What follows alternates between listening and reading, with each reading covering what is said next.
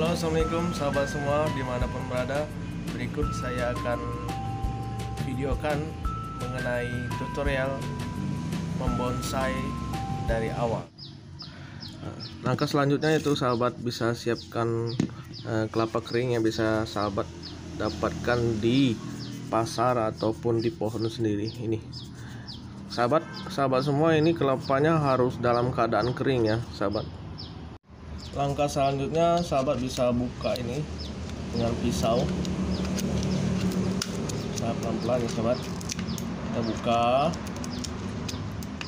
kemudian kita kupas sahabat bagian ini, boleh dimanapun sisinya. Oh ya, lupa, kelapa ini airnya harus ada ya teman-teman sahabat semua. Kalau udah digoncang itu ada air di dalamnya. Kalau misalnya tidak ada air di dalamnya, maka kelapa ini nggak usah kita jadiin bonsai karena udah pasti tidak akan keluar tunasnya seperti itu.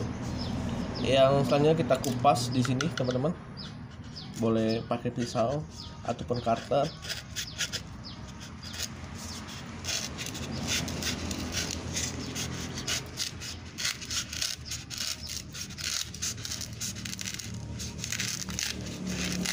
Ini gunanya supaya tunasnya nanti keluar teman-teman.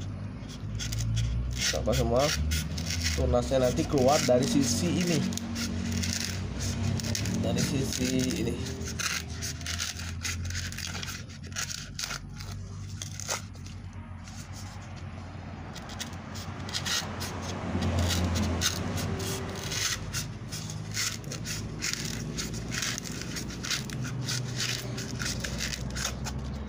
Langkah ini seperti ini sahabat semua. Nanti setelah terbuka seperti ini, sahabat diamkan di tempat yang teduh.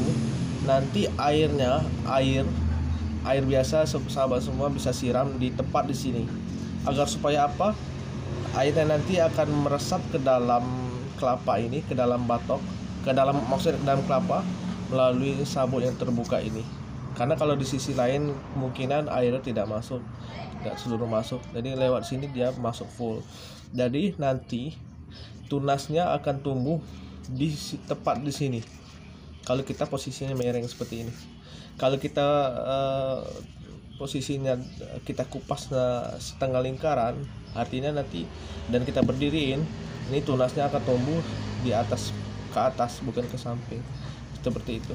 Tergantung dari keinginan sahabat semua, maunya muncul di sini ataupun di atas. Kalau di sini otomatis teman-teman nanti akan membuat bonsai kelapanya dalam bentuk nungging bisa jadi.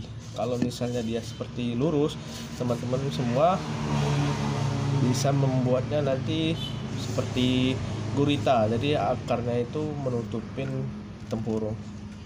Ini proses ini dilakukan selama kurang lebih 1 bulan, maka akan muncul tunasnya.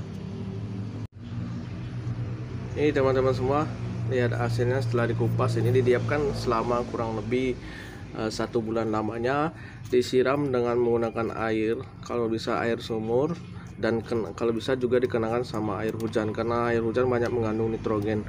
Dan ini juga kalau misalnya teman-teman ada air kupasan bawang merah bisa disiram.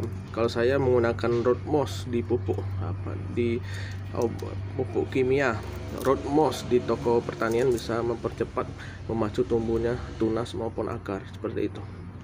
Ini contoh hasilnya nanti. Ini kurang lebih sama 1 bulan ini muncul tunas dari sini. Boleh teman-teman saksikan.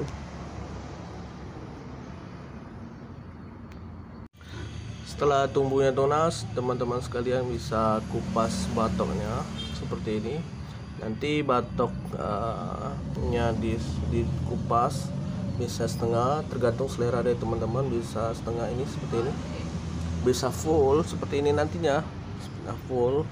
Dan jangan lupa untuk dipernis teman-teman, karena gunanya apa, kalau kena sinar matahari nanti tempurung kelapa ini akan belah, karena ada penguapan air di dalam yang membuat tempurung kelapa ini terbelah.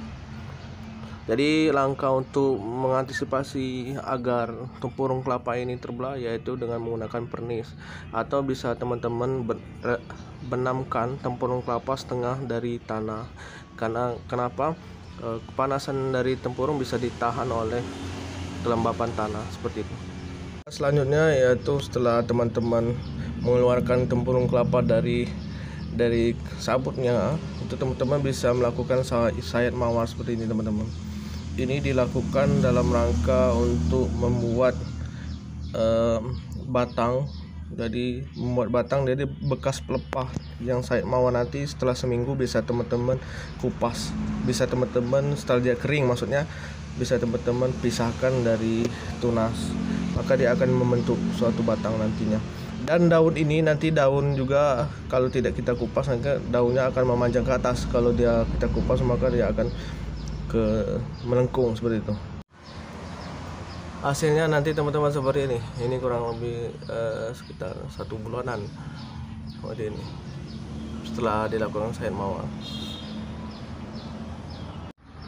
Ini hasil teman-teman sekitar 3 bulan lamanya. Ini hasil dari setelah sayat mawar dan dilakukan sayat pelepah ataupun tapis supaya nanti daunnya tidak tumbuh ke atas maka ke samping, maka hasilnya sangat indah. Jadi, kalau teman-teman masih ada yang ingin ditanyakan boleh tinggalkan komentar, jangan lupa like, comment, dan share.